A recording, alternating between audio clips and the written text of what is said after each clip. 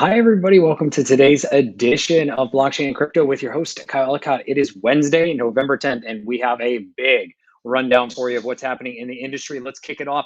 Tether today has launched its USDT stablecoin on Avalanche. Now, this is a long-term plan that the USDT and greater ecosystem was looking to make happen. Also, USDC is also expanding its stablecoin on a number of blockchains, including Avalanche and Polkadot, along with 6 others, and looking to double that in size this year and early next in 2022. And speaking of USDC, Circle has launched a new venture fund called Circle Ventures, which has already begun deploying capital and is looking to continue to invest in entrepreneurs and developers building in and around blockchain ecosystems as well. LAHASH, a Latin America prop tech company, is now accepting Bitcoin for home purchases through on-chain transactions via the Lightning Network. Payments will be made in Bitcoin and available first to focus on investing in condominiums in Playa del Carmen in Mexico, along with expansion into potentially over 80,000 listings very soon. Now, we already have seen this here in the United States. We had one of the largest mortgage companies, UWM, who actually did a trial earlier this year, taking both Bitcoin and ETH as payments for mortgages and for real estate. They ended up ending that pilot in October, so we'll see where this goes as well. Next up, Voyager Digital has said to surpass 2.7 million verified users and that its loyalty program has now reached 1 million funded accounts, a 23x increase from that of last year when it only had about 43,000 funded accounts. Foundry, the Bitcoin mining and subsidy of DCG, has announced a staking business focused on institutions dubbed as the Foundry Staking, which will support 20 different protocols, mostly around proof of stake networks, on top of 20 different cryptocurrencies as well.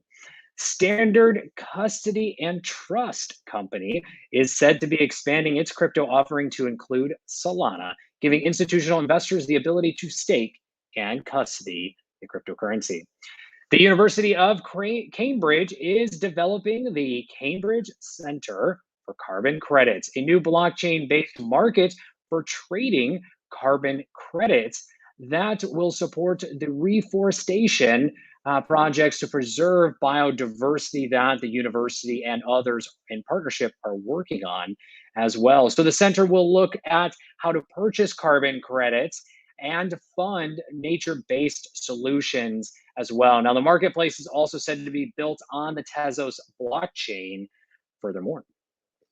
Moda Dao is pairing its non-fungible token, or NFT, streaming service platform with its governance token, Moda, as a governance tool for artists and their managers to control royalty contracts. The company said it will release a portion of its token supply on Ethereum, Phantom, Near, and Polygon blockchains today. This comes after yesterday's news from Stephen Aoki, who is also pushing out a new NFT marketplace as well.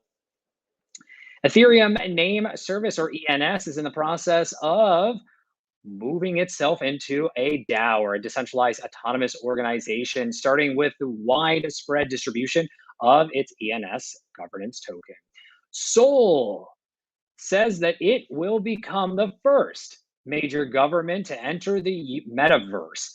Beginning earlier this month, the South Korean capital announced plans, along with investment of just over $3 million to bring a variety of public services and cultural events into the metaverse, where the residents of Seoul will be able to visit a virtual city hall and do everything from touring historic sites to filing civil complaints, all done via virtual reality goggles. Congratulations to Zebek, to Seigel, to JP, YC, to Mine1, Core Weaver, to Adrana, to Izumi. finance as well, and all of their recent fundraising announcements. Everyone, that is the quick rundown of what's happening today in blockchain and crypto. If you're building anything in these industries, reach out on social media at Kyle Ellicott. Love to hear from you. Big thank you to the Token team, to Hasmik and Maria for making today's episode possible. Today's Wednesday, November 10th. Until tomorrow.